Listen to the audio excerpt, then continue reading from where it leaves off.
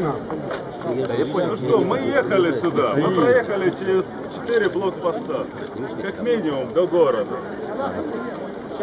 У нас большое количество женщин. Они выходили, и там, где были люди в черной форме из Национальной гвардии, они подходили, с каждым разговаривали. Они каждому смотрели в глаза и говорили о том, что здесь находятся их земляки, о том, что здесь находятся такие же граждане, такие же люди, и чтобы они ни в коем случае не стреляли. По возможности вообще убирали оружие и ехали к себе домой. Потому что они не видят здесь угрозу от тех людей, которые находятся в Славянске, от народной самообороны Донбасса. И они не считают, что с помощью оружия можно решить здесь какие-то конфликты. Они очень просили ни в кого не стрелять, никого не убивать. Они оставляли продукты, которые привезли с дома. Пасхи, сигареты, воду тем людям, которые приехали сюда с оружием.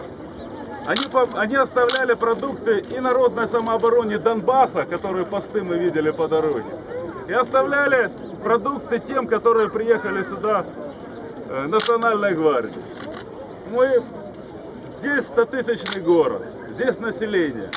Мне говорили о том, что я слышу на украинских каналах, что здесь люди захвачены террористами, они мечтают вырваться отсюда, но не могут, потому что вооруженные люди их не пускают. Вот мы ехали по городу, на наших машинах были георгиевские флаги, георгиевские ленточки, все махали руками, все улыбались.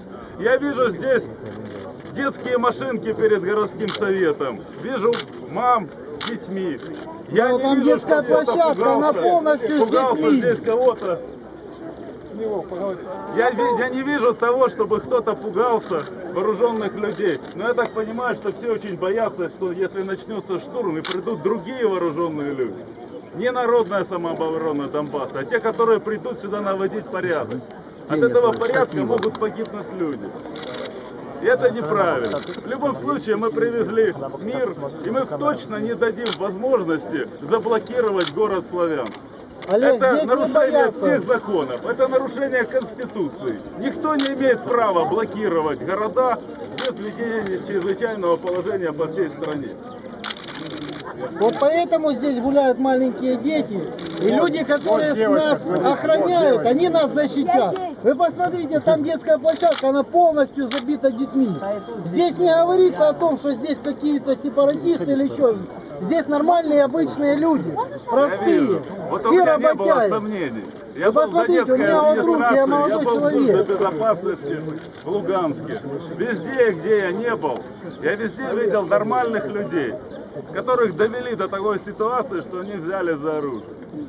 И я вижу, что задача политиков — это сделать так, чтобы войска ушли в места боевого расположения, в свои казармы. Можно пожать вам руку за вашу... Ладно. Можно с вами сфотографироваться? Спасибо большое вам. Спасибо за поддержку. Давайте вопрос, пожалуйста. Может быть, не ко мне, да.